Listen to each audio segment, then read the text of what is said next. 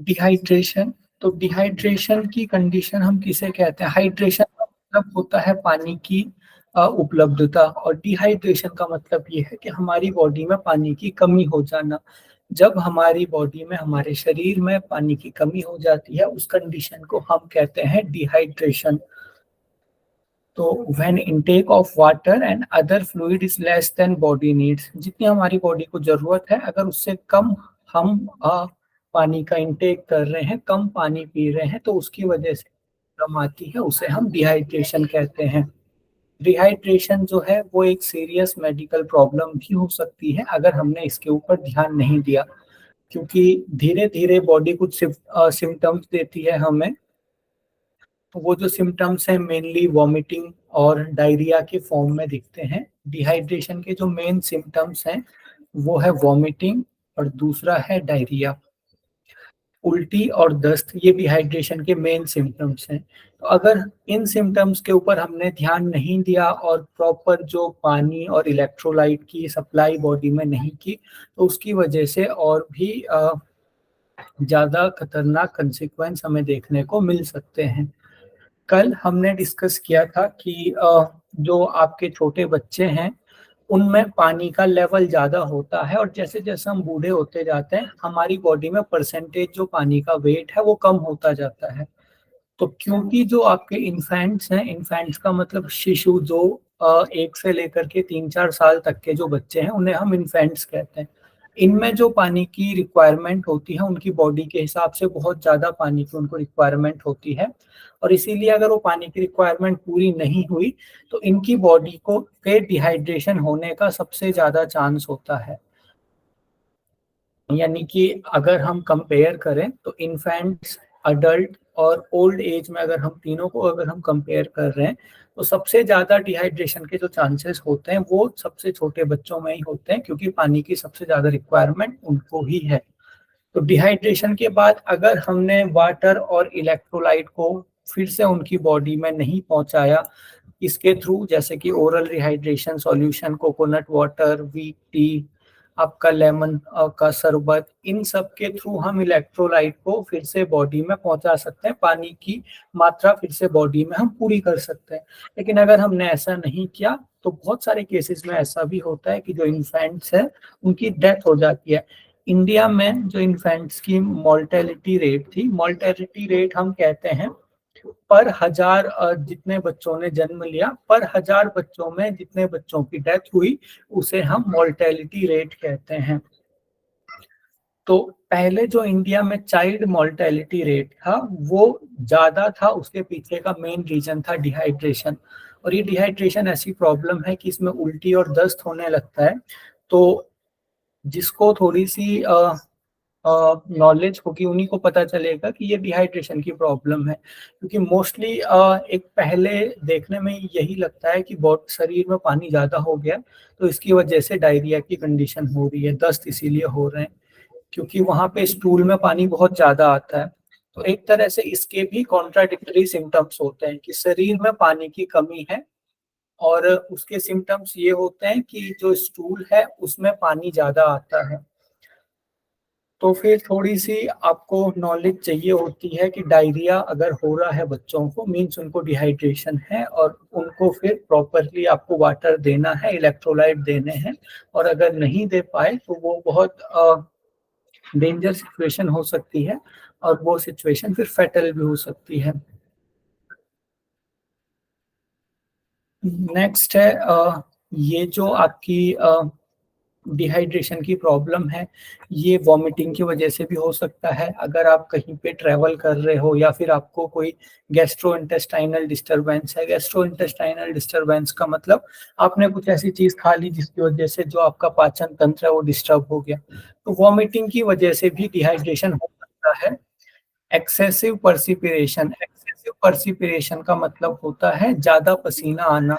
तो जो लोग धूप में काम कर रहे हैं या फिर धूप में कोई स्पोर्ट्स वगैरह खेल रहे हैं उनको भी एक्सेसिव पर्सिपिरेशन की प्रॉब्लम हो सकती है, ज्यादा पसीना आ सकता है, उसकी वजह से भी डिहाइड्रेशन हो सकती है। प्रोट्रैक्टेड फीवर्स, जिनको बहुत लंबे टाइम तक फीवर रहता है, मतलब फीवर नॉर्मली हमें 2-3 दिन तक रहता है, लेकिन अगर फीवर हफ्तों चल रहा है तो उसकी वजह से भी शरीर का जो टेम्परेचर है वो थोड़ा सा बढ़ जाता है और उसकी वजह से भी ज्यादा पसीना आता है। तो ये भी एक कॉज हो सकता है शरीर में पानी की कमी का, डिहाइड्रेशन का, ये भी एक कॉज हो सकता है। तो इस कंडीशन में इसका एक ही ट्रीटमेंट है कि जल्दी से आपको वाटर और सॉल्यूबल सॉल्ट, इलेक्ट्रोलाइट हैं, इनके लिए अलग अलग वर्ड्स आपको देखने को मिलेंगे। इनके लिए एक वर्ड आपको देखने को मिलेगा मिनरल, दूसरा मिलेगा इलेक्ट्रोलाइट। मिनरल और इलेक्ट्रोलाइट में डिफरेंस हमने पहले ही क्लास में देखा था। सॉल्यूबल सॉल्ट भी हम इन्हीं इलेक्ट्रोलाइट्स को कहते हैं। तो अगर इनमें से किसी भी वजह से शरीर में पानी की कमी हो रही है तो सबसे पहले आपको वाटर को और सॉल्यूबल सॉल्ट को फिर से बॉडी को प्रोवाइड करना है। अगर 10% ऑफ फ्लूइड से ज्यादा, जितना हमारी बॉडी में फ्लूइड है, फॉर एग्जांपल आपकी बॉडी में अगर लगभग 10 लीटर अगर फ्लूइड है, 10 लीटर में से अगर 1 लीटर पानी का लॉस हो गया, चाहे स्वेटिंग से, चाहे वॉमिटिंग से, चाहे किसी भी कंडीशन की वजह से, अगर जो टोटल फ्लूइड है हमारी बॉडी में, अगर उसके 10% का लॉस हो गया, वो 10% हमारी बॉडी से चला गया, तो वो एक सीरियस कंडीशन मानी जाती है। तो डिहाइड्रेशन सर ये फिर से रिपीट कीजिए ये चीज। हाँ जी, डिहाइड्रेशन कितना सीरियस हो सकता है, ये चीज बता रही है कि डिहाइड्रेशन कब सीरियस होगा। तो जब हमारी बॉडी में जो टोटल फ्लूइड है उसका 10% हमारी बॉडी लॉस कर जाती है। जैसे 10 लीटर पानी होना चाहिए हमारी बॉडी में, तो 10 लीटर का 10% होता है 1। तो अगर 10 लीटर पानी होना चाहिए और इस 10 लीटर में से 1 लीटर नहीं है, यानी कि बस 9 लीटर पानी है, तब भी जो डिहाइड्रेशन की प्रॉब्लम है वो सीरियस मानी जाती है। यानी कि 10% से ज्यादा फ्लूइड का लॉस हो रहा है हमारी बॉडी से। आपको बैकग्राउंड से मेरे आवाज आ रही है? No sir. ठीक, समझ आया? मतलब 1% की कमी हो जाती है।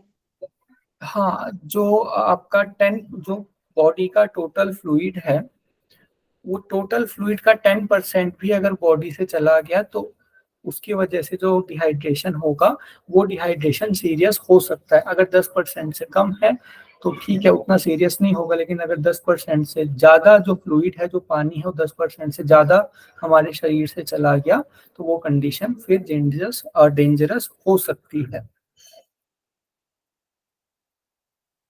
नेक्स्ट है पानी की कमी से क्या क्या फिर हमारी बॉडी में चेंजेस आ सकते हैं। यानी कि डिप्राइवेशन का मतलब ये है कि अगर हमारे शरीर को पानी नहीं मिला, अभी तक हमने पढ़ लिया डिहाइड्रेशन किन किन वजह से हो सकता है।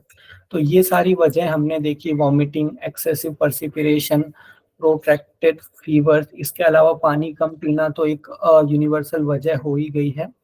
अब हम देखते हैं पानी की कमी से हो क्या क्या सकता है।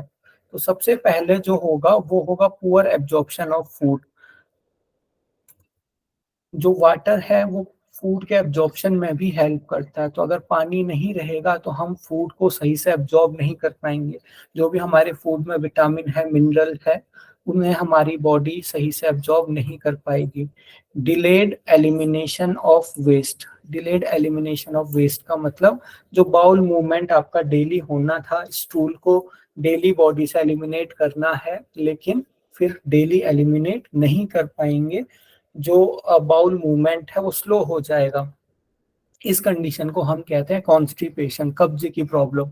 तो कॉन्स्टिपेशन होने के डाइट में दो ही फैक्टर हैं जो जिनकी वजह से कॉन्स्टिपेशन हो सकता है। पहला फैक्टर है आपका पानी की कमी। अगर पानी की कमी है तो जो बॉडी है वो ज्यादा पानी एब्जॉर्ब करेगी लार्ज इंटेस्टाइन में, और आपका जो स्टूल है वो ज्यादा हार्ड होता जाएगा और उसे बॉडी से बाहर निकालना टफ हो जाएगा, जिसकी वजह से कब्ज की प्रॉब्लम आती है। दूसरे कौन से न्यूट्रिएंट की वजह से कब्ज की प्रॉब्लम हो सकती है, आपने थेरेपी में पढ़ा होगा? रफेज। हाँ जी, वेरी गुड, रफेज यानी कि फाइबर्स। फाइबर्स की वजह से भी कब्ज की, कॉन्स्टिपेशन की प्रॉब्लम हो सकती है, क्योंकि पानी स्टूल को हार्ड कर देता है, लेकिन जो आपका फाइबर है वो भी आपकी जो बॉडी है उसमें जो वेस्ट मटेरियल है, आपकी लार्ज इंटेस्टाइन में एक मूवमेंट होती है, जो मूवमेंट फूड को आगे की तरफ धकेलती रहती है। क्या कहते हैं इस मूवमेंट को हम? पेरिस्टालसिस। पेरिस्टल। हाँ जी, पेरिस्टालसिस। पेरिस्टालसिस वैसे तो आपके पूरे ही डाइजेस्टिव सिस्टम में होती है, लेकिन आपके लार्ज इंटेस्टाइन में इस मूवमेंट की स्पेशल फंक्शन है वेस्ट को बॉडी से बाहर निकालना। तो पेरिस्टालसिस के लिए जो न्यूट्रिएंट सबसे ज्यादा पेरिस्टालसिस मूवमेंट को सपोर्ट करता है वो है आपका फाइबर। तो अगर फाइबर्स की कमी हो गई तो भी कॉन्स्टिपेशन की प्रॉब्लम हो सकती है। तो ये 2 वजह थी कॉन्स्टिपेशन की। उसके अलावा फिर से इसी टॉपिक पे वापस आते हैं हम। तीसरा है एलिवेशन ऑफ बॉडी टेम्परेचर। अगर शरीर में पानी की कमी हुई तो बॉडी का टेम्परेचर भी धीरे धीरे बढ़ने लगेगा, क्योंकि हमने देखा था कि जो पानी है वो बॉडी टेम्परेचर को भी कंट्रोल करके रखता है स्वेटिंग के थ्रू या फिर यूरिन के थ्रू। जब हम यूरिनेट करते हैं या फिर जब हम स्वेट कर रहे हैं, हमें पसीना आ रहा है, इन दोनों ही मेथड से हमारी बॉडी, जो हमारी हीट है हमारी बॉडी में, उसको यूरिन के थ्रू या फिर स्वेटिंग के थ्रू हमारी बॉडी से उसको बाहर कर देती है। लेकिन अगर पानी की कमी हुई तो ना ही प्रॉपर यूरिन हो पाएगा, ना ही प्रॉपर स्वेटिंग हो पाएगी, और जो हीट है वो हमारी बॉडी में जमा होने लगेगी, जिसकी वजह से बॉडी का टेम्परेचर बढ़ने लगेगा। एक और क्वेश्चन इससे रिलेटेड आता है कि अगर बहुत दिन तक किसी का स्टूल रुका हुआ है, अगर बाउल मूवमेंट क्लियर नहीं हुआ, तो बॉडी का टेम्परेचर वहां पे राइज होना चाहिए या फिर बॉडी का टेम्परेचर गिरेगा वहां पे? राइज होगा। हाँ जी, बॉडी का टेम्परेचर वहां पे राइज होगा। हाँ जी, उसके पीछे भी सेम रीजन है कि जो स्टूल है उसमें भी बॉडी हीट ट्रांसफर करके हीट को एलिमिनेट कर देती है, लेकिन अगर स्टूल बॉडी के अंदर ही जमा हो रहा है तो हीट भी बॉडी के अंदर ही जमा होने लगेगी। नेक्स्ट है failure of circulatory system. Circulatory system में हमने पढ़ा था कि जो हमारा ब्लड है, एक स्पेसिफिक प्रेशर होना चाहिए। यहाँ पे जो ब्लड है उसका स्पेसिफिक प्रेशर होना चाहिए आर्टरीज में। तो ये जो ब्लड प्रेशर है ये वाटर से बहुत ज़्यादा अफेक्ट होता है। अगर खून में पानी अच्छे अमाउंट में है तो प्रेशर बना रहेगा, लेकिन अगर पानी की कमी हो गई तो खून की भी कमी हो जाएगी, क्योंकि अल्टीमेटली खून में तो 90% पानी ही है। तो यहाँ पे जो ब्लड प्रेशर है वो पूरी तरह से खत्म हो जाता है और इसकी वजह से सर्कुलेटरी सिस्टम कोलैप्स हो जाता है। नेक्स्ट है malfunctioning of renal system. Malfunctioning of renal system का मतलब ये है कि जो हमारी किडनी है, जितना ज़्यादा आप कम पानी पियोगे, आपकी किडनी के पास उतना ही कम पानी है वेस्ट को बाहर निकालने के लिए, तो किडनी को उतनी ही ज़्यादा मेहनत करनी पड़ती है। अगर आप ज़्यादा पानी पी रहे हो तो आपकी किडनी के पास बहुत सारा पानी है वेस्ट को बाहर निकालने के लिए, तो वहाँ पे जो किडनी की मेहनत है वो कम लगती है।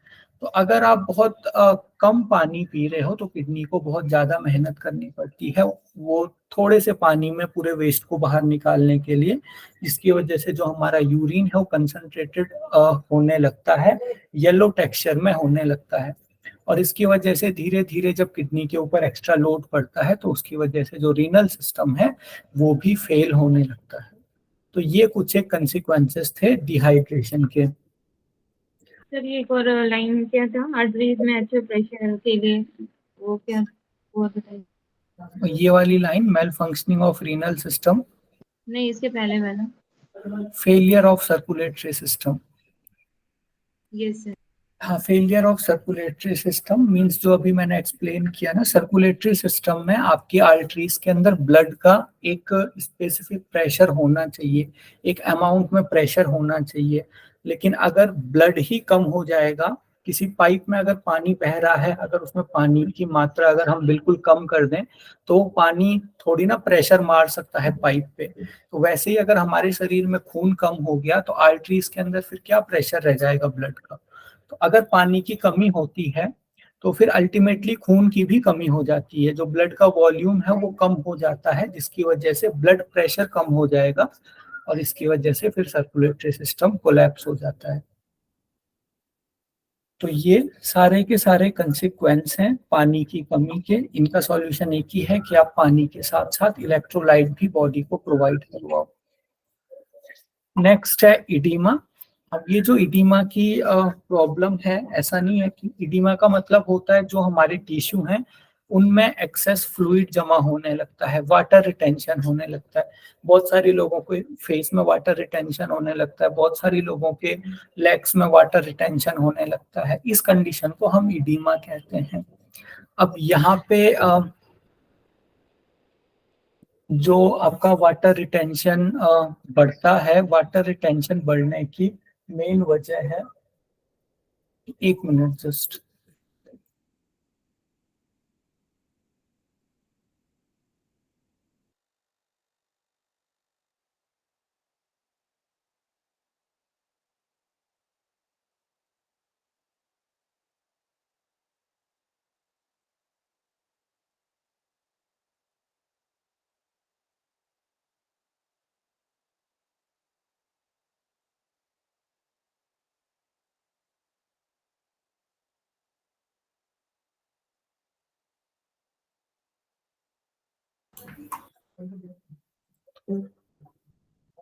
ठीक है। तो इडीमा को डिस्कस कर रहे थे हम। इडीमा में एक्सेसिव जो फ्लूइड है वो जमा होने लगता है। इडीमा का जो मेन रीजन है वो क्या है? ज्यादा पानी पीने से कभी भी इडीमा नहीं होता। हमारी बॉडी को पता है कि हमें कितना पानी की जरूरत है। हमारी बॉडी कभी भी एक्सेस जो वाटर है उसको जमा नहीं करती है। आप अगर कितना भी ज्यादा पानी पी रहे हो, बॉडी उसको यूरिन की फॉर्म में बाहर निकाल लेगी। जब हम ज्यादा पानी पीते हैं तो हमें फ्रिक्वेंट यूरिनेशन होता है और बॉडी वाटर के लेवल को एडजस्ट कर देती है। तो फिर इडीमा होने का मेन रीजन क्या है? इडीमा होने का मेन रीजन है सोडियम बॉडी में ज्यादा हो जाता है, जो एक्स्ट्रा सोडियम है। कल हमने देखा था, स्टार्टिंग की क्लास में मैंने आपको बताया था कि जब इलेक्ट्रोलाइट ज्यादा हो जाते हैं बॉडी में, तो इलेक्ट्रोलाइट को फिर इलेक्ट्रोलाइट और वाटर के लेवल को बैलेंस करने के लिए बॉडी वाटर को भी एब्जॉर्ब करने लगती है। तो इडीमा होने का मेन रीजन ये है कि बॉडी में एक इलेक्ट्रोलाइट सोडियम का अमाउंट बढ़ जाना। जब हमारी बॉडी में सोडियम का अमाउंट बढ़ जाता है तो सोडियम का अमाउंट बढ़ने की वजह से फिर बॉडी वाटर को भी एब्जॉर्ब करने लगती है ज्यादा। क्योंकि पहली क्लास में हमने एक ग्लास में नमक के एग्जांपल से समझा था कि अगर नमक ज्यादा हो रहा है तो आप उसमें और ज्यादा पानी डालोगे। तो वैसे ही अगर हमारी बॉडी में नमक ज्यादा हो गया, सोडियम ज्यादा हो गया हमारी बॉडी में, तो बॉडी उसको बैलेंस करने के लिए पानी भी ज्यादा अमाउंट में स्टोर करेगी और इसी कंडीशन को हम इडीमा कहते हैं। अब ये सोडियम क्यों हमारी बॉडी में ज्यादा हो जाता है? सोडियम को भी बॉडी कंट्रोल करती है कि कितना सोडियम हमारी बॉडी में होना चाहिए। लेकिन अगर हम बहुत ही ज्यादा सोडियम खा रहे हैं या फिर हमारी जो किडनी है वो सोडियम को एक्सक्रीट नहीं कर पा रही है, तो इन दो वजह से सोडियम हमारी बॉडी में जमा होने लगेगा और वो अपने साथ साथ पानी को भी जमा करेगा। तो वाटर जब एक्सेस सोडियम की वजह से जमा होने लगता है तो उस कंडीशन को हम इडीमा कहते हैं। सर इसमें T3 और मतलब हाइपर या हाइपोथायराइड हो तो उनको भी ये प्रॉब्लम होता है वाटर रिटेंशन का? हाँ, जो आपके थायराइड हार्मोन है, अब जो वाटर रिटेंशन का उसमें प्रॉब्लम है वो डायरेक्ट, एक तरह से हम उसका डायरेक्ट कंसिक्वेंस नहीं कह सकते। आपका T3 एंड T4 हार्मोन का फर्क किडनी के ऊपर भी पड़ता है, इनडायरेक्ट उसका फर्क आता है। क्योंकि T3 और T4 हार्मोन ऐसे हार्मोन हैं जो आपकी बॉडी की एक एक सेल को प्रभावित करते हैं। तो उसकी वजह से आपके जो दूसरे ग्लैंड हैं वो भी प्रभावित होते हैं और जो सोडियम है उसका रिटेंशन होने लगता है और भी कुछ मिनरल है उनका रिटेंशन होने लगता है। तो ऐसा हमें हाइपर थायराइडिज्म में बेसिकली ये हमें देखने को मिलता है। लेकिन हम हर कंडीशन में ऐसा नहीं कह सकते क्योंकि ये एक डायरेक्ट कंसिक्वेंस नहीं है, इनडायरेक्ट कंसिक्वेंस है। तो कुछ केसेस में हमें ऐसा देखने को मिल सकता है। सर सोडियम रिटेंशन के क्या रीजंस बताए आपने? सोडियम रिटेंशन के दो रीजन अभी हमने यहाँ पे देखे। एक ये है कि हम बहुत ज्यादा नमक खा रहे हैं, नमक में सोडियम ही होता है। तो जो लोग ज़्यादा नमक खाते हैं, नॉर्मली भी हम ये बात कहते ही हैं, लगभग सभी लोग ये बात कहते हैं कि ज़्यादा नमक खाने से पानी जमा होने लगता है बॉडी में। तो एक तो ज़्यादा नमक खाने से, और दूसरा है कि जो सोडियम हम लोग खा रहे हैं, बॉडी अगर उसको बाहर ना निकाल पाए, किडनी अगर सही से वर्क ना करे, तो उसकी वजह से भी वाटर रिटेंशन होता है। ओके सर, फिर ये कौन सा भी साल्ट हो उससे भी हो सकता है सोडियम की जगह? देखिए, मेनली जो हम सी सॉल्ट खाते हैं उसमें ज़्यादा सोडियम होता है, तो उसी से ये प्रॉब्लम ज़्यादा होती है। इसीलिए हमेशा हम आयुर्वेद में कहते हैं कि आपको सेंधा नमक खाना है। सेंधा नमक का दूसरा कंपोजिशन होता है, उसमें सोडियम के साथ साथ उसको बैलेंस करने के लिए मैग्नीशियम वगैरह भी अच्छे अमाउंट में होते हैं। तो अगर आप सेंधा नमक वगैरह खा रहे हो, काला नमक वगैरह अगर आप खाते हो, तो उससे कम चांसेस हैं। लेकिन अगर आप समुद्री नमक खा रहे हो, तो उसमें बस सोडियम ही प्रेजेंट होता है और उससे ज़्यादा चांसेस है। Okay sir, thank you. ठीक है, नेक्स्ट है प्रोटीन डेफिशिएंसी की वजह से भी जो प्रोटीन डेफिशिएंसी की वजह से एक प्रोटीन होती है जिसे हम कहते हैं एल्बुमिन प्रोटीन। ये एल्बुमिन प्रोटीन कल मैंने आपको बताया था कि ये एल्बुमिन प्रोटीन पानी को डिसाइड करती है कि पानी और इलेक्ट्रोलाइट कितने होने चाहिए हमारे ब्लड में। तो अगर इस प्रोटीन की डेफिशिएंसी होगी तो उसकी वजह से बॉडी वाटर बैलेंस नहीं बना के रख पाती है, और उसकी वजह से भी जो इडीमा है वो हो सकता है। नेक्स्ट है, और भी बहुत सारी वजह हैं जिनकी वजह से इडीमा हो सकता है। अगर प्रोटीन की डेफिशिएंसी की वजह से इडीमा हो रहा है तो इसे हम न्यूट्रिशनल इडीमा कहते हैं, ये भी आप लोग ध्यान रखोगे। सोडियम की वजह से जो इडीमा हो रहा है उसे हम न्यूट्रिशनल इडीमा नहीं कहेंगे, लेकिन अगर प्रोटीन की डेफिशिएंसी की वजह से ब्लड में एल्बुमिन प्रोटीन की डेफिशिएंसी हो रही है, फिर वाटर रिटेंशन हो रहा है, तो उसे हम न्यूट्रिशनल इडीमा कहेंगे। इडीमा के कुछ और भी कारण हो सकते हैं। सबसे पहला कारण है आपका किडनी डिजीज, नेक्स्ट है लीवर सिरोसिस, और तीसरा कारण है हार्ट से रिलेटेड प्रॉब्लम की वजह से भी इडीमा हो सकता है। तो ये 2-3 कारण हैं इडीमा के, और मेनली जो इडीमा मोस्टली देखने को मिलता है वो सोडियम की वजह से ही देखने को मिलता है।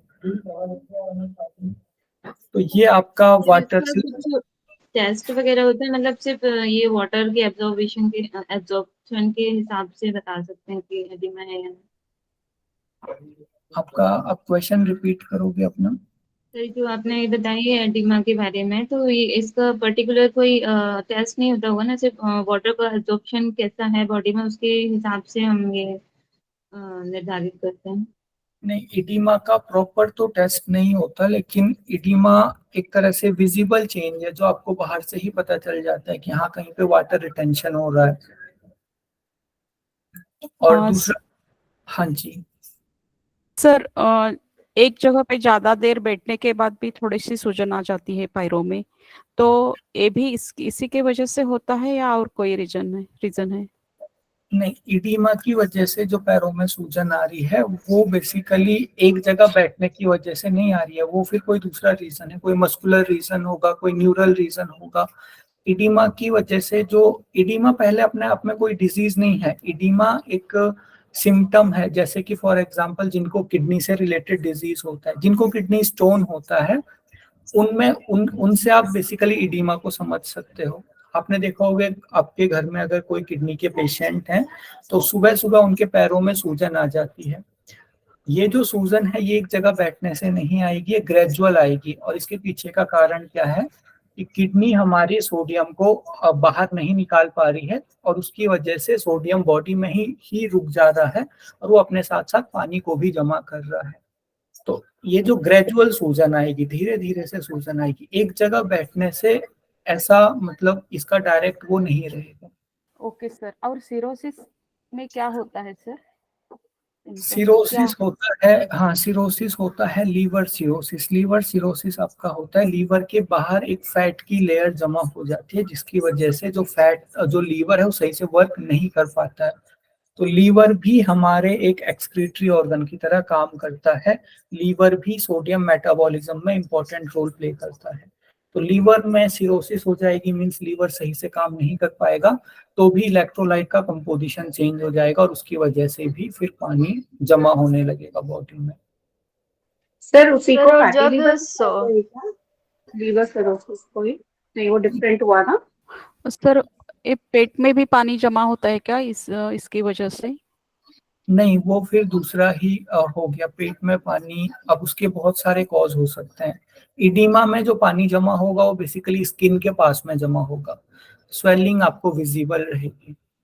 ओके और सर। लीवर सिरोसिस में डिफरेंस पूछ रहे थे आप, किससे डिफरेंस पूछ रहे थे? सर वो जो इडीमा आपने बोला उसमें कभी सारे जो सिम्टम्स होते हैं वो स्किन के पास जो वाटर रिटेंशन होता है, अगर हम वहाँ पे प्रेस करते हैं तो कुछ देर के लिए वो स्किन वैसी हो जाती है, मतलब प्रेस्ड ही रहती है, शायद ये भी एक सिम्टम होता है। हाँ, क्योंकि मतलब कि जो वहाँ पे का ब्लड है उसका रहेगा। हाँ जी, लेकिन अगर आपको वहाँ पे स्किन प्रेस कर रहे हो तो पानी इधर उधर जाएगा, इधर उधर की सेल्स के अंदर जाएगा प्रेशर से, और थोड़ी देर बाद वैसी रहेगी, लेकिन फिर से वो अपने शेप में आ जाएगी। अपनी शेप में आ जाती है सर। ठीक है, लीवर सिरोसिस और किसी चीज में आप में से किसी ने डिफरेंस पूछा था, आप हाँ रिपीट जी, करो। Fatty acid sir, fatty liver हाँ देखिए, वो डिफरेंट हुआ। लीवर सिरोसिस जो टर्म है, सिरोसिस का मतलब ये होता है कि जो टिश्यूज हैं उनका डिस्ट्रक्शन हो जाना। अब वो बहुत सारे केसेस की वजह से हो सकता है, जॉन्डिस की वजह से हो सकता है, और भी किसी मेडिकेशन की वजह से हो सकता है। लेकिन जब टिश्यूज का डिस्ट्रक्शन, इसका एक कॉज है फैटी लीवर डिजीज। तो लीवर सिरोसिस एक कंडीशन है और फैटी लीवर डिजीज भी एक कंडीशन है। फैटी लीवर में क्या होगा, लीवर के आसपास जो विसरल फैट होता है वो ज्यादा बढ़ जाता है, और इसकी वजह से अंदर जो टिश्यूज का डिस्ट्रक्शन होगा उसे हम सिरोसिस कहेंगे। अब सिरोसिस और भी बहुत सारी वजह से हो सकती है, जैसे कि मैंने आपको बोला अभी, ये जो आपका जॉन्डिस है या फिर किसी मेडिकेशन की वजह से। तो फैटी लीवर भी एक कंडीशन है जिसकी वजह से सिरोसिस हो सकती है। सर जैसे कि ये एडिमा में हमने देखा कि एक्स्ट्रा सोडियम होता है तो ये प्रॉब्लम, लेकिन कभी कभी जब सोडियम खाने के लिए बोलते हैं ज्यादा, जब कम हो जाता है तो वो बिल्कुल अलग है क्या? क्या इसी का कुछ रहता है? हाँ, नहीं वो बिल्कुल यही है। देखिए, जिनके बॉडी में नॉर्मल सोडियम है वो अगर ज्यादा सोडियम खाने लगेंगे तो इडिमा हो जाएगा, क्योंकि वाटर रिटेंशन ज्यादा होगा, है ना। लेकिन जिनकी बॉडी में कम सोडियम है, बहुत कम सोडियम हो गया है, तो उनकी बॉडी में वाटर भी कम हो जाएगा और ब्लड प्रेशर कम हो जाएगा। तो बेसिकली जिनमें ब्लड प्रेशर जिनका कम होता है उनको नमक खाने को कहते हैं, ताकि सोडियम बढ़े और उसके साथ साथ पानी भी बढ़े खून में और प्रेशर बढ़े ब्लड का।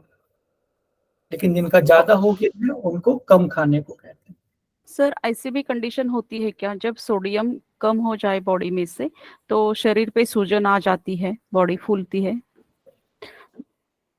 नहीं, सोडियम के कम होने की वजह से सूजन नहीं आएगी, सोडियम के बढ़ने की वजह से वाटर रिटेंशन होगा। सोडियम के कम होने की वजह से फिर दूसरे कंसिक्वेंस आएंगे, जैसे डायरिया वगैरह हमने देखा, लो ब्लड प्रेशर। ठीक है, नेक्स्ट है डाइटरी फाइबर। डाइटरी फाइबर को हम रफेज भी कहते हैं। और डाइटरी फाइबर बेसिकली है क्या, हमने कार्बोहाइड्रेट पढ़े थे, कार्बोहाइड्रेट की हमने 3 क्लासेस पढ़ी थी। मोनोसेक्राइड, मोनोसेक्राइड का एग्जांपल दीजिए आप लोग। Glucose. Glucose, very good. Disaccharide, disaccharide का एग्जांपल। फ्रक्टोज। फ्रुक्टोज जो फलों में। नहीं, फ्रक्टोज तो आपका मोनोसेक्राइड ही हो गया। डाइसेक्राइड का एग्जांपल। माल्टोज। हाँ, माल्टोज आपका डाइसेक्राइड है। और सबसे जो आपका सबसे ज्यादा जो पाया जाता है वो है शुगर। शुगर भी एक डाइसेक्राइड ही है, सुक्रोज। पॉलीसेक्राइड में हमने पढ़ा था स्टार्च, और पॉलीसेक्राइड में जो स्टार्च है उसे तो हमारी बॉडी यूज कर लेती है, उसको छोटे छोटे ग्लूकोज के उसमें तोड़ करके। लेकिन एक और पॉलीसेक्राइड होता है जिसे हम कहते हैं सेल्यूलोज। ये जो पॉलीसेकेराइड है ये है तो एक कार्बोहाइड्रेट का टाइप। इसके अंदर बहुत सारे मोनोसेकेराइड जुड़े होंगे, लेकिन हमारी बॉडी इसको डाइजेस्ट नहीं कर पाती है। तो डाइटरी फाइबर मीन्स ऐसे पॉलीसेक्राइड जिन्हें हमारी बॉडी डाइजेस्ट नहीं कर पा रही है और इसीलिए हमारी बॉडी इनको एब्जॉर्ब भी नहीं कर सकती है, तो ऐसे न्यूट्रिएंट्स को हम डाइटरी फाइबर कहते हैं। जैसे जो अदर कंपोनेंट हैं, जैसे फैट है, प्रोटीन है, बाकी बचे हुए जो कार्बोहाइड्रेट है, उन्हें हमारी बॉडी डाइजेस्ट कर देती है, हमारी बॉडी उन्हें तोड़ देती है और एब्जॉर्ब भी कर देती है। लेकिन ये जो पॉलीसैकेराइड का एक टाइप है सेल्यूलोज, इसको हमारी बॉडी एब्जॉर्ब नहीं कर पाती है। इसकी वजह से इसको हम ये हमारी बॉडी में कैलोरीज भी नहीं देता है। तो इसके जो हमारी बॉडी में एनर्जी से रिलेटेड कोई भी फंक्शन नहीं है, लेकिन साथ में और भी बहुत सारे इसके फंक्शन हैं। क्या इसके फंक्शन हैं? ये जो है ये रफेज का काम करता है, यानी कि पेरिस्टालसिस मूवमेंट को सपोर्ट करता है। जितना ज्यादा हमारे फूड में फाइबर्स रहेंगे उतना ही ज्यादा हमारी पेरिस्टालसिस मूवमेंट सही होगी और हमारा बाउल मूवमेंट उतना ही ज्यादा सही रहेगा। ये तो इसका पहला फंक्शन हो गया। दूसरा फंक्शन हो गया, जो लोग वेट लॉस करना चाहते हैं, तो वेट लॉस करने के लिए अब आप भूखे तो नहीं रह सकते हो, ऐसा तो है नहीं कि आप खाना नहीं खाओगे, आपको खाना भी खाना है और वेट लॉस भी करना है। तो ऐसी कंडीशन में जो फाइबर्स हैं वो बहुत महत्वपूर्ण हो जाते हैं, क्योंकि फाइबर से हमारी बॉडी को कोई भी कैलोरी नहीं मिल रही है, कोई भी न्यूट्रिशन फाइबर से हमारी बॉडी को नहीं मिल रहा है, क्योंकि हमारी बॉडी इसको डाइजेस्ट नहीं कर पा रही है। लेकिन खाने का वजन बढ़ा रहा है, ये हमें ऐसा लग रहा है कि हमने काफी कुछ खा लिया है। तो ये भी इसका एक फंक्शन है कि ये हमें एक फीलिंग ऑफ फुलनेस देता है, यानी कि फाइबर्स को खाने के बाद हमें ऐसा लगता है कि हमने काफी सारा खाना खा लिया है, लेकिन साथ में हमें उससे कोई कैलोरीज भी नहीं मिलती है। तो जिन लोगों को वेट लॉस करना है उन लोगों के लिए डाइटरी फाइबर बहुत ज्यादा इंपॉर्टेंट है। फाइबर को हम दो क्लासेस में डिवाइड कर सकते हैं, सॉल्यूबल फाइबर और दूसरा है इनसॉल्यूबल फाइबर। सॉल्यूबल फाइबर और इनसॉल्यूबल फाइबर किसमें प्रेजेंट होगा, किसमें प्रेजेंट नहीं होगा, इससे रिलेटेड आपको क्वेश्चन नहीं आएगा, क्योंकि लगभग दोनों के सेम ही सोर्स होते हैं। क्वेश्चन आपका क्या आ सकता है, जो सॉल्यूबल फाइबर है वो बेसिकली हेल्प करता है आपके ब्लड कोलेस्ट्रॉल लेवल और ब्लड ग्लूकोज लेवल को मेंटेन करने में। फिर से रिपीट कर रहा हूं मैं, सॉल्यूबल फाइबर हेल्प करेगा ब्लड कोलेस्ट्रॉल लेवल और ब्लड ग्लूकोज लेवल को मेंटेन करने में, इनको बढ़ने नहीं देगा सॉल्यूबल फाइबर। इनसॉल्यूबल फाइबर जो अभी हमने पेरिस्टालसिस मूवमेंट पढ़ी, उस पेरिस्टालसिस मूवमेंट को और हमारे डाइजेस्टिव सिस्टम की हेल्थ को बढ़ाता है। तो इनसॉल्यूबल फाइबर बढ़ाएगा पेरिस्टालसिस मूवमेंट। अगर आपको क्वेश्चन आता है कि जो आपकी कॉन्स्टिपेशन है उसमें कौन से फाइबर ज्यादा इंपॉर्टेंट है, वहां पे आपका आ जाएगा इनसॉल्यूबल फाइबर। तो एक हो गए सॉल्यूबल फाइबर, ब्लड कोलेस्ट्रॉल और ग्लूकोज के लेवल को ये कंट्रोल में रखता है, और दूसरा है इनसॉल्यूबल फाइबर। इनसॉल्यूबल फाइबर आपकी पेरिस्टालसिस मूवमेंट को बढ़ाता है, जिसकी वजह से आपका बाउल मूवमेंट अच्छा होता है।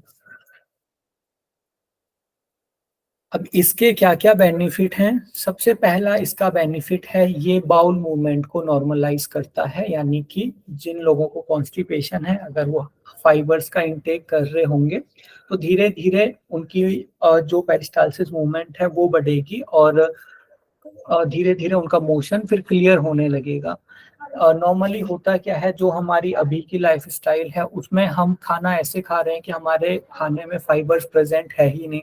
अभी हम जो खाना खाते हैं उसमें से मोस्टली हम जो गेहूं वगैरह खा रहे हैं उसका छिलका पूरा हम हटा देते हैं, आटे में से हम चोकर पूरा हटा देते हैं, तो फाइबर हमने पूरा हटा दिया, और इसकी वजह से जो आपका कार्बोहाइड्रेट है वो थोड़ा सा चिपचिपा हो जाता है। अगर हम उसको और रिफाइन कर दें तो मैदा और ज्यादा चिपचिपा हो जाएगा। या फिर फास्ट फूड में हम जितने भी चीजों को यूज करते हैं वो सारे के सारे रिफाइंड फ्लोर्स होते हैं और उनमें फाइबर्स बिल्कुल भी नहीं होता, तो उसकी वजह से वो चिपकने लगते हैं, हमारा बाउल मूवमेंट बहुत कम हो जाता है और उसकी वजह से कॉन्स्टिपेशन होने लगती है। तो अगर हम फाइबर्स का इंटेक बढ़ा रहे हैं तो बाउल मूवमेंट जो है वो हमारी क्लियर होने लगेगी। दूसरा है health, maintain bowel health. Bowel health को मेंटेन करने में भी इसका इम्पोर्टेंट रोल है, क्योंकि जो लोग बहुत ज्यादा मैदा खा रहे हैं तो मैदा उनकी बड़ी आंत में फिर चिपकने लगता है और एक जगह पे अगर कभी मैदा चिपक गया और बहुत लंबे टाइम तक अगर एक ही जगह पे रहा तो यहाँ पे बहुत सारे बैक्टीरिया वगैरह की ग्रोथ हो सकती है, और वो बैक्टीरिया वगैरह अगर कुछ टॉक्सिन्स वगैरह यहाँ पे रिलीज करेंगे तो इसकी वजह से कोलोन कैंसर भी हो सकता है। लेकिन अगर आप फाइबर्स वगैरह अच्छी अमाउंट में ले रहे हो तो कभी भी खाना रुकेगा नहीं आपके लार्ज इंटेस्टाइन में, और ये जो कैंसर वगैरह होने के चांसेस हैं या फिर जो इन्फेक्शन वगैरह होने के चांसेस हैं ये बहुत ज्यादा कम हो जाते हैं। नेक्स्ट है lower cholesterol level. Lower cholesterol level ये हमने पढ़ा, ये आपका सॉल्युबल फाइबर करता है। अब ये जो आपका सॉल्युबल फाइबर है ब्लड कोलेस्ट्रॉल लेवल और ब्लड शुगर लेवल को कैसे कम करता है, अब इसके लिए बहुत सारे रिसर्चेस हैं नहीं, लेकिन फिर भी ये जो हमारा सॉल्युबल फाइबर है ये आपके फैट और आपके ग्लूकोज के साथ एक तरह से कंबाइन हो जाता है और इन दोनों को ब्लड में एब्जॉर्ब नहीं होने देता है। तो आपका ये ग्लूकोज को और फैट को अगर ब्लड में एब्सॉर्ब नहीं होने दे रहा है तो अल्टीमेटली जो ब्लड है उसमें कोलेस्ट्रॉल लेवल और शुगर लेवल धीरे धीरे डाउन आ जाएगा। तो इस तरीके से फाइबर हमारा इस तरीके से भी हेल्प करता है। नेक्स्ट है एक हेल्दी वेट को मेंटेन करने में। जिन लोगों को ज्यादा भूख लग रही है अगर वो अपने खाने में फाइबर्स को ऐड कर रहे हैं तो उनकी भूख भी खत्म हो रही है, क्योंकि फाइबर्स जो हैं वो फीलिंग ऑफ फुलनेस भी हमें देते हैं, लेकिन साथ में उनमें कोई कैलोरीज भी नहीं होती है तो आपकी बॉडी को कैलोरीज भी नहीं मिल रही हैं, तो इससे आपका वेट भी मेंटेन रहेगा और भूख भी शांत होती है। नेक्स्ट है फाइबर्स की रिक्वायरमेंट हमें कितनी है। फाइबर्स की जो नॉर्मल रिक्वायरमेंट है वो अगर हम देखें 50 साल से अगर हम कम की बात करें तो मेंस में लगभग 38 ग्राम और वीमेंस में लगभग 25 ग्राम फाइबर की रिक्वायरमेंट होती है। और जैसे जैसे हम एज करते हैं, जैसे जैसे हम बूढ़े हो रहे हैं, वैसे वैसे जो फाइबर्स है उनकी रिक्वायरमेंट थोड़ी सी कम हो जाती है बॉडी में। तो 30 ग्राम आफ्टर एज ऑफ 51 हमें फाइबर की रिक्वायरमेंट है और फीमेल्स को 21 ग्राम। नॉर्मल आपको लगभग इसको याद रखना है 20 से 35 ग्राम के बीच में फाइबर्स की रिक्वायरमेंट हमें डेली होती है। हो सकता है आपको ये कंबाइंड ही क्वेश्चन आ जाए, क्योंकि इसका भी ऐसा कोई क्राइटेरिया फिक्स नहीं है कि कितनी फाइबर्स की हमें रिक्वायरमेंट है। तो इस टेबल को तो आप याद रखोगे, लेकिन जो आपको एक लिमिट याद रखनी है वो है 20 से 35 ग्राम डेली हमें फाइबर्स की रिक्वायरमेंट होती है। सर वेट के हिसाब से भी इसमें चेंजेस होंगे?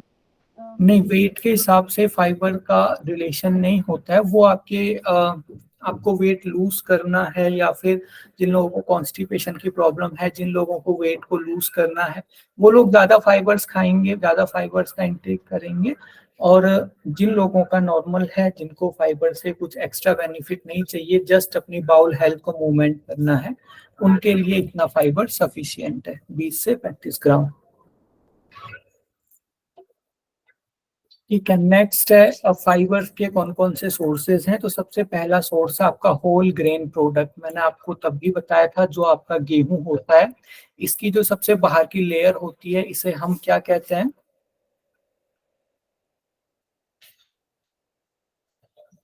कोई भी ग्रेन है उसकी एक्सटर्नल लेयर को क्या कहते हैं हम? कर्नल, इसको हम कर्नल कहते हैं। और इसमें आपका फाइबर प्रेजेंट होता है। इसके अलावा बहुत सारे फ्रूट्स में फाइबर प्रेजेंट होगा, बहुत सारे वेजिटेबल्स में फाइबर प्रेजेंट होगा, और नट्स और सीड, इन सभी में आपका फाइबर प्रेजेंट होता है। ठीक है, ये हमारा फाइबर्स कंप्लीट हो गया। एक यहाँ पे एक क्वेश्चन और यहाँ पे है कि जो फाइबर्स है किसी फूड के ग्लाइसेमिक इंडेक्स पे फाइबर का क्या इफेक्ट पड़ेगा। मींस कोई फूड है, अगर हम उसमें फाइबर्स ऐड कर रहे हैं तो ग्लाइसेमिक इंडेक्स बढ़ेगा या फिर ग्लाइसेमिक इंडेक्स कम होगा? कम होगा सर। कम होगा। हाँ जी, वेरी गुड, ग्लाइसेमिक इंडेक्स कम होगा। ये सारी चीजें आपको पता होनी चाहिए। क्यों कम होगा, सभी लोगों को समझ में आ रहा है? सोल्यूबल जो है प्रोटीन की वजह से सर। हाँ, क्योंकि वो ग्लूकोज के साथ जो सॉल्युबल फाइबर हैं वो ग्लूकोज के साथ बाइंड कर जाएंगे, ग्लूकोज का एब्जॉर्प्शन कम होगा। और इसीलिए जब हम ग्लाइसेमिक इंडेक्स पढ़ रहे थे तो हमने तब भी ये चीज पढ़ी थी कि जब हम फाइबर्स को ऐड करते हैं तो उसकी वजह से जो ग्लाइसेमिक इंडेक्स है वो कम हो जाता है। ठीक है, ये हमारा कंप्लीट हो गया। नेक्स्ट, इसमें कोई इश्यू है, आपको कोई डाउट है? सर मतलब सर सारे वो ग्रेन्स में जो बाहर का जो मतलब लेयर होती है, जैसे कर्नल कहते हैं, उन सब में ही फाइबर होता है। हाँ, उन सब में फाइबर होगा, स्पेशली सारे ग्रेन्स में। अब चावल के बाहर की तो लेयर को हम खाते नहीं है, लेकिन गेहूं में या फिर आपका जौ हो गया, बाकी और भी जितनी चीजें हो गई, आपका बार्ले, सभी में फाइबर प्रेजेंट होता है। हाँ जी। सर वो सोर्सेस आप बताएंगे किस क्या फाइबर्स ज्यादा होते हैं, फाइबर के सोर्सेज? बताएंगे क्या? फाइबर के सोर्सेज पूछ रहे हो आप? यस सर, फाइबर, कैल्शियम, ये सब डाइट में जो जो यूजफुल है वो। अच्छा, फाइबर के सोर्सेज जैसे अभी हमने डिस्कस किए, होल ग्रेन आपके जितने भी फ्लोर हैं, आपको चोकर के साथ अगर आप आटा खा रहे हो तो फाइबर पूरी क्वांटिटी में हमें मिल जाते हैं। इसके अलावा फ्रूट्स में बहुत अच्छे से फाइबर्स होते हैं। कुछ वेजिटेबल्स, स्पेशली जो आपकी ग्रीन लीफी वेजिटेबल्स हैं, जैसे कि पालक हो गया, राई हो गया, या फिर जो वेजीज जिनको हम कहते हैं ना, ब्रोकली, इन सभी में फाइबर्स अच्छे अमाउंट में होते हैं। इसके अलावा जो आपके ड्राई फ्रूट्स हो गए, उनमें भी फाइबर्स होते हैं। विटामिन और मिनरल्स का भी मैंने आपको एक स्टार्टिंग की क्लास में एक जनरल एक क्राइटेरिया बताया था कि अगर आप फ्रूट्स और वेजिटेबल्स को अपनी डाइट में इंक्लूड कर रहे हो, डेली अगर आप बदल बदल के वेजिटेबल्स खाते हो, डेली आप सीजनल फ्रूट्स खा रहे हो, वेजिटेबल्स खा रहे हो, तो फिर ये जो विटामिन हैं, ये जो मिनरल्स हैं, ये आपकी बॉडी में कभी भी डेफिशिएंट नहीं होंगे, क्योंकि यही इनका सोर्स है। डेफिशिएंसी मेनली उनको होती है जो लोग बस अनाज और उसके साथ कोई सी भी दाल खा रहे हैं। जो लोग सब्जियां ज्यादा नहीं खाते हैं उनको विटामिन और मिनरल की डेफिशिएंसी होती है। लेकिन अगर आप सब्जियां और फल अगर सही अमाउंट में खा रहे हो तो सारे मिनरल्स आपको मिल जाते हैं। कैल्शियम, मैग्नीशियम, फास्फोरस, जैसे आपका जो बनाना है उसमें फास्फोरस बहुत अच्छे अमाउंट में होता है, कैल्शियम बहुत अच्छे अमाउंट में होता है। आपका जो आम है उसमें, जैसे आजकल आम का सीजन चल रहा है, तो उसमें फाइबर्स बहुत अच्छे अमाउंट में होते हैं। और इसके अलावा आपके मैग्नीशियम आम में बहुत अच्छा अमाउंट में होता है। तो डेली आपको अगर फ्रूट्स और वेजिटेबल अगर आप कंज्यूम कर रहे हो तो आपकी बॉडी को सारे विटामिन और सारे मिनरल्स मिल जाते हैं।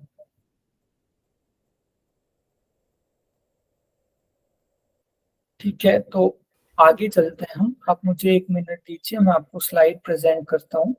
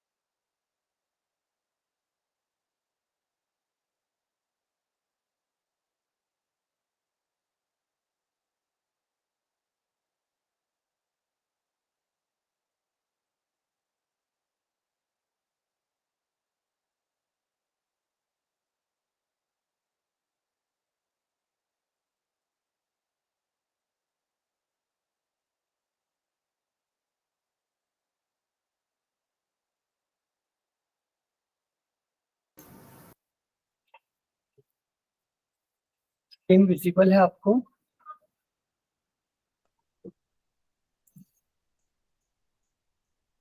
ठीक है, तो नेक्स्ट है हमारा टॉपिक बीएमआई यानी कि बॉडी मास इंडेक्स। तो बीएमआई जो है वो थोड़ा सा इजी है और बहुत ज्यादा कोई कॉम्प्लिकेशन नहीं है बीएमआई को समझना।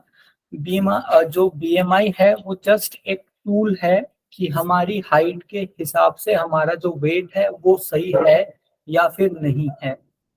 मैं फिर से रिपीट कर रहा हूँ, बीएमआई जस्ट एक नंबर है जो हमें ये बताता है कि जो हमारी हाइट है उसके हिसाब से हमारा बॉडी वेट सही है या फिर सही नहीं है।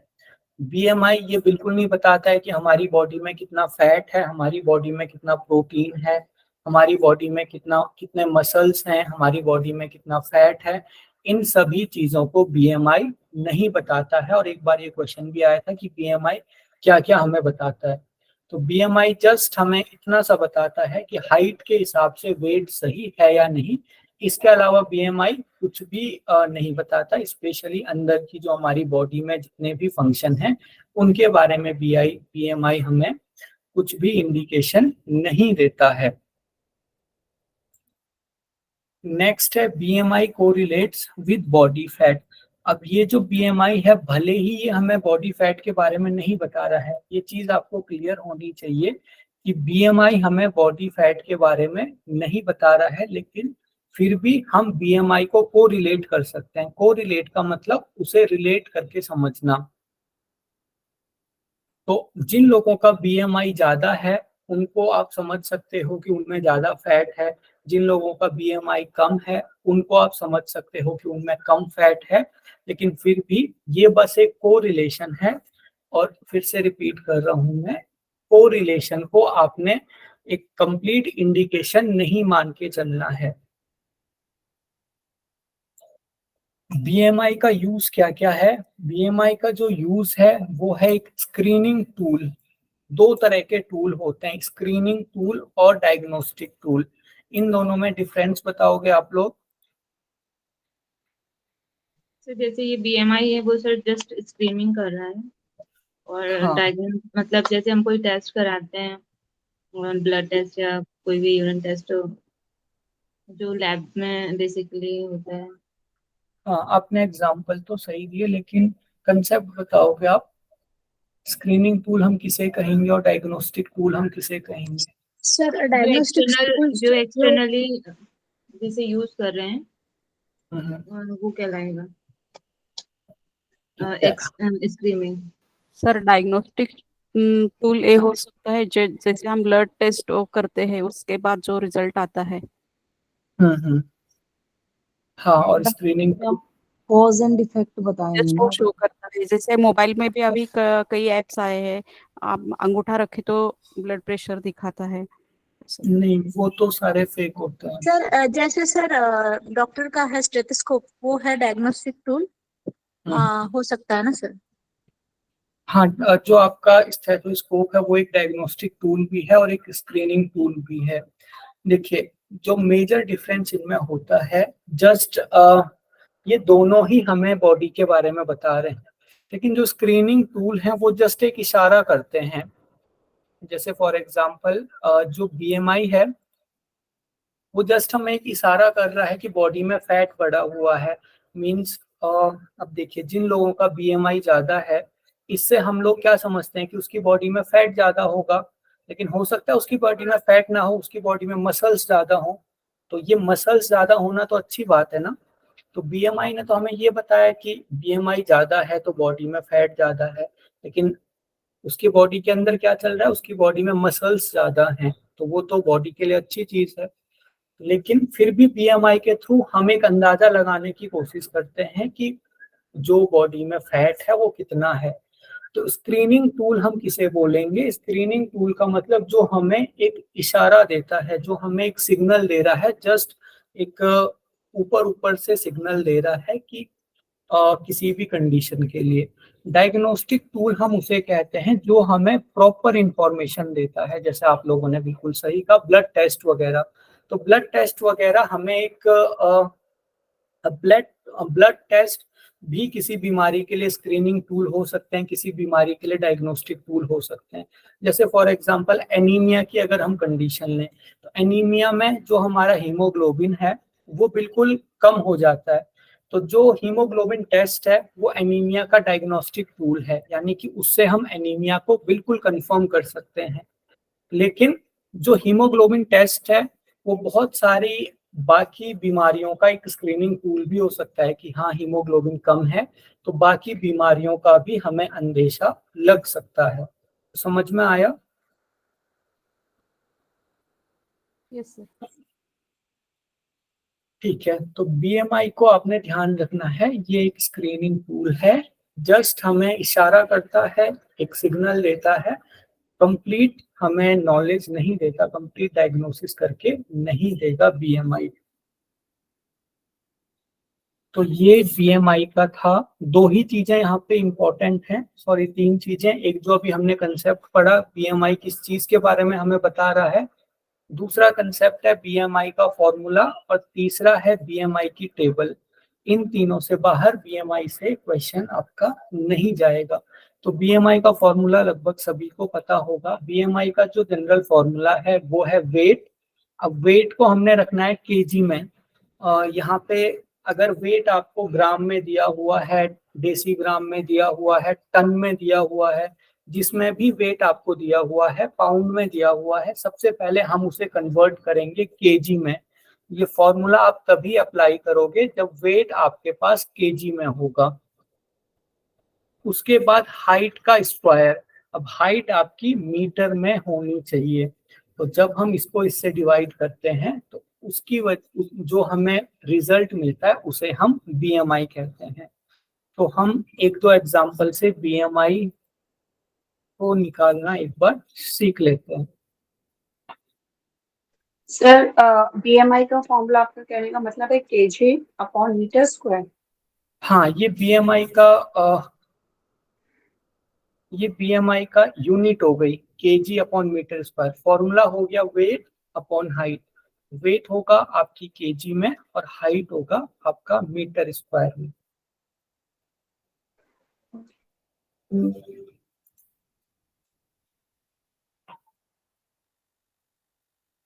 और जिन लोगों ने अभी का एग्जाम दिया होगा तो आप लोगों को याद होगा, इस बार आपसे बीएमआई की यूनिट ही पूछी गई थी, केजी अपॉन मीटर स्क्वायर। ठीक है, तो अभी मैं जस्ट एक क्वेश्चन लिख रहा हूँ, पहले आप लोग ट्राई कीजिए, फिर हम लोग इसे देखेंगे। कोई इंडिविजुअल है जिसका वेट है अराउंड 60 kg और उसकी हाइट है लगभग 177 सेंटीमीटर। तो कैसे हम बीएमआई निकालेंगे? Divide 60 upon 177. Yes. 60 upon 177 into 177। ठीक है, आप लोग इसे निकाल के बताइए। आप फोन यूज कर सकते हो, कैलकुलेटर यूज कर सकते हो।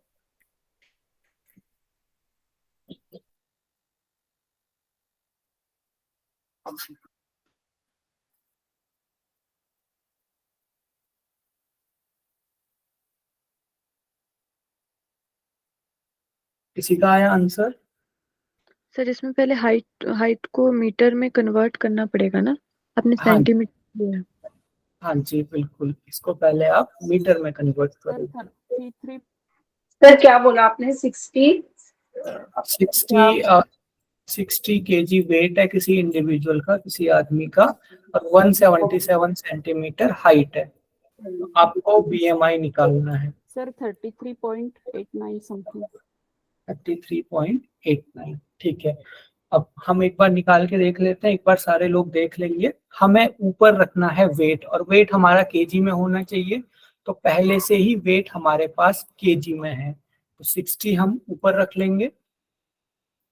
अपॉन में हमें रखना है हाइट का स्क्वायर, यानी कि हाइट को आपने 2 बार मल्टीप्लाई करना है, लेकिन हाइट आपको सेंटीमीटर में दी हुई है, तो हाइट को आप सेंटीमीटर से मीटर में कन्वर्ट करोगे। तो क्या करते हैं सेंटीमीटर को मीटर में कन्वर्ट करने के लिए? 100 से डिवाइडेड बाय 100। 100 से डिवाइड कर देंगे, तो ये लगभग आ जाएगा 1.7। तो आपको यहाँ पे करना है 1.7 का स्क्वायर, 1.7 इंटू 1.7। 7। हाँ जी, ये जो एक्सप्रेशन को आप सॉल्व करोगे तो आपका लगभग जो BMI है उसकी वैल्यू आपको पता चल जाएगी।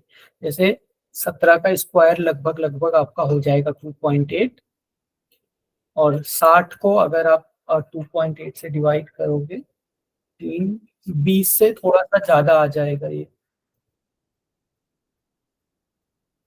30 से थोड़ा सा ज्यादा, 30 से थोड़ा सा कम आना चाहिए। एक मिनट, सर 17 इंटू 2 34 आएगा ना? नहीं नहीं, स्क्वायर है वो, 2 से मल्टीप्लाई नहीं करना। हाँ, 20 से थोड़ा सा ज्यादा आएगा, 21 पॉइंट समथिंग। देखिए, मीटर का स्क्वायर है ना, वेट अपॉन हाइट का स्क्वायर है। किसी भी चीज का स्क्वायर करने के लिए उसको उसी से मल्टीप्लाई करते हैं ना, इसीलिए 1.7 को 1.7 से मल्टीप्लाई किया। जी सर, हाँ सर। ठीक है, ठीक है। एक और एग्जांपल हम ले लेते हैं। वेट किसी का 54 kg है। सर इसमें तो 60 आ रहा है ना आंसर? कितना आ रहा है? 60 आ रहा है। नहीं, 60 आंसर नहीं आ रहा है, आंसर आपका 21 पॉइंट समथिंग आ रहा है। सर मुझे तो 19.16 आया। देखिए, वेट आपका है 60, हाइट है 1.7, 1.7 का स्क्वायर करेंगे तो लगभग 2.8 आ जाएगा, है ना? तो आपको 60 और अपॉन में करना है 2.8। जब आप इसको सॉल्व करोगे तो आंसर आपका लगभग लगभग आ जाएगा 20 से थोड़ा सा ज्यादा, एग्जैक्ट आपका आ जाएगा 21.42। ठीक है, कैलकुलेशन चेक कीजिए, कैलकुलेशन मिस्टेक शायद आपकी रही होगी। किसी का एग्जैक्ट आया इतना 21 के आसपास? हाँ सर, 21.40। क्या है सर? हाँ, ठीक है। अगला इसी से रिलेटेड एक और क्वेश्चन हम कर लेते हैं। 54 आपके पास हाइट है, सॉरी वेट है 54 kg, और हाइट है आपके पास अराउंड 150 सेंटीमीटर।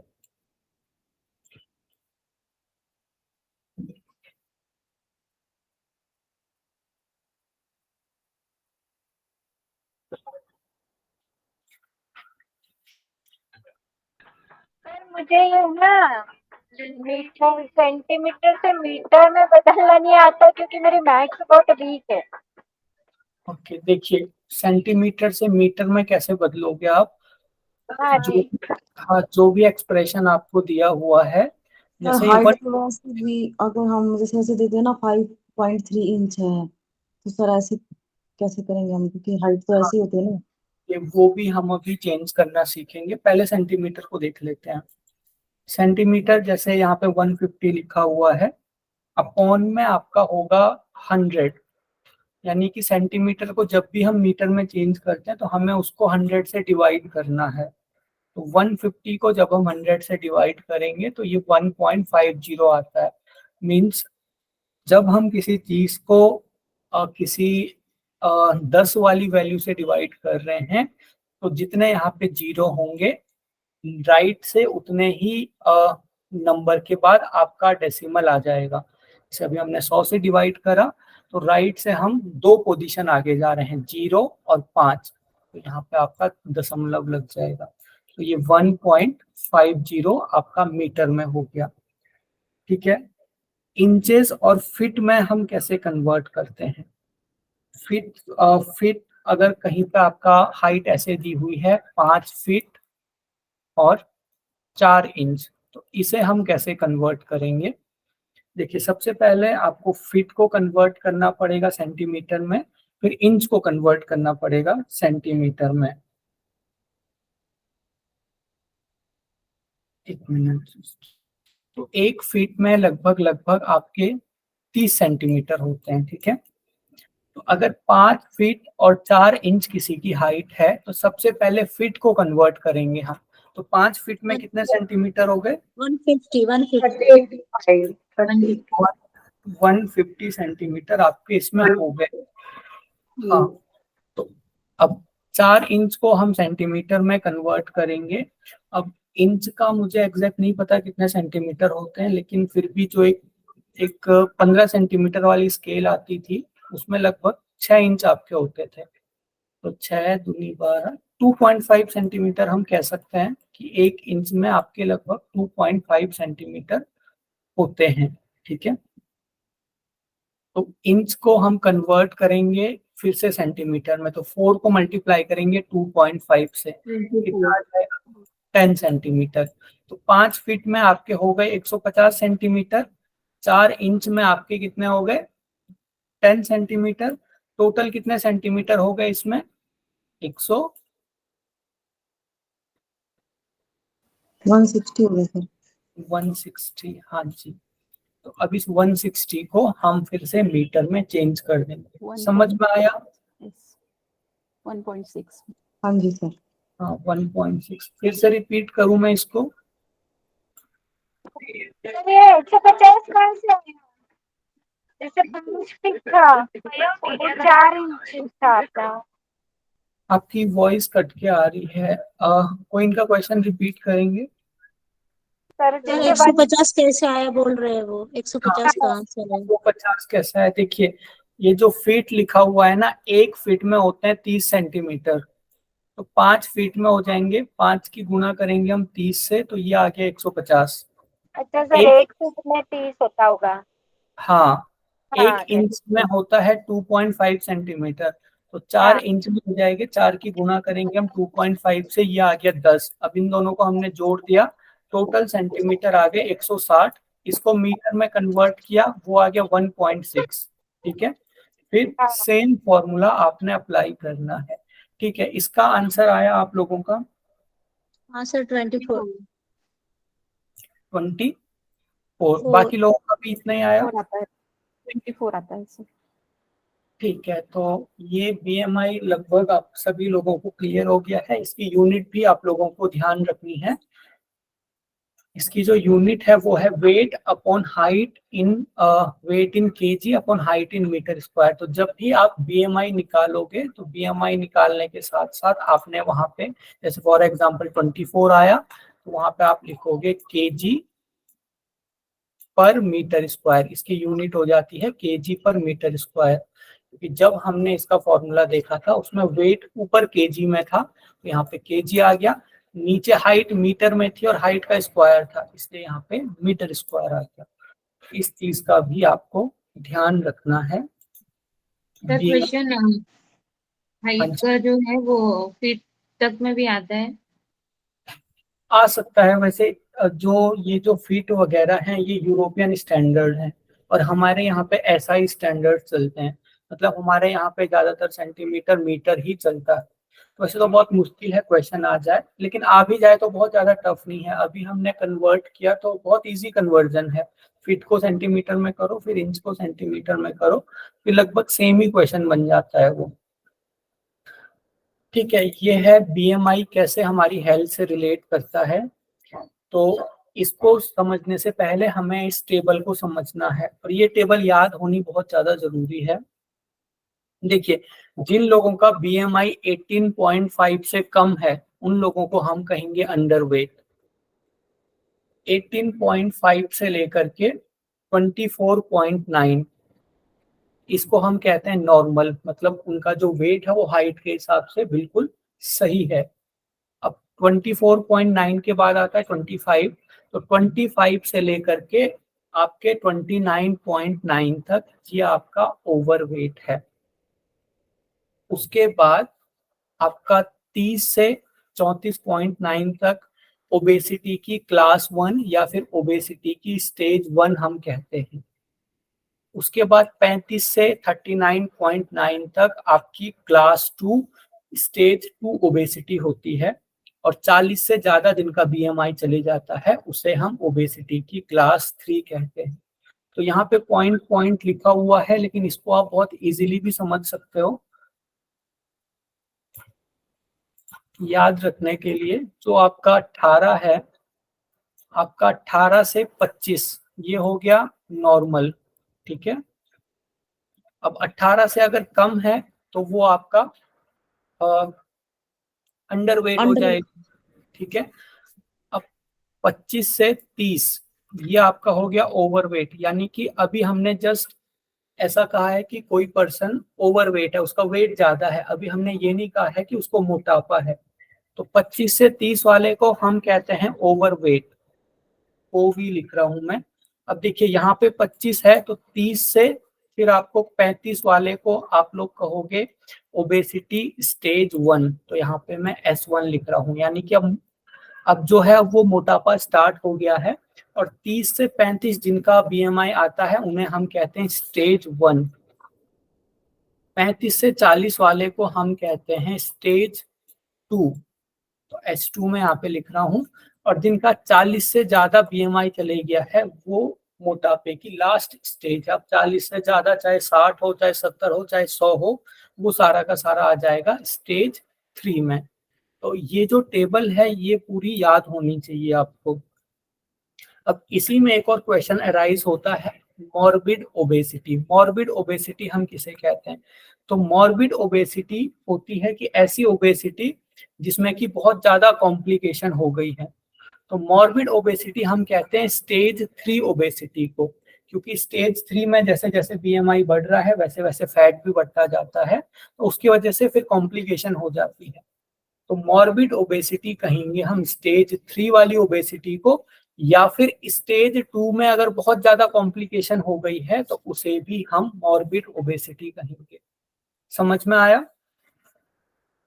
सर तो क्वेश्चन क्या आएगा कि मॉर्बिड ओबेसिटी किस स्टेज में होती है? हाँ, मॉर्बिड ओबेसिटी किस स्टेज में होती है? तो अगर आपके जस्ट 3 स्टेज दिए हुए हैं, स्टेज 1, स्टेज 2, स्टेज 3, तो वहां पे आपको स्टेज 3 पिक करना है। लेकिन अगर एक ऑप्शन ये भी है कि स्टेज 2 विद हायर कॉम्प्लेक्सिटीज या स्टेज 2 विद फैटल कॉम्प्लेक्सिटीज, अगर इस तरीके से लिखा हुआ है तो स्टेज 2 को भी आपको टिक करना है। अगर स्टेज 2 में कोई कॉम्प्लेक्सिटी नहीं है, कोई कॉम्प्लिकेशन नहीं है बॉडी में, तो उसे हम मॉर्बिड ओबेसिटी नहीं कहेंगे। लेकिन अगर स्टेज 2 में ही बहुत सारी कॉम्प्लिकेशन है बॉडी में, तो उसे भी हम मॉर्बिड ओबेसिटी कहते हैं। और स्टेज 3 को तो हम मॉर्बिड ओबेसिटी कहते ही हैं। क्लियर हुआ?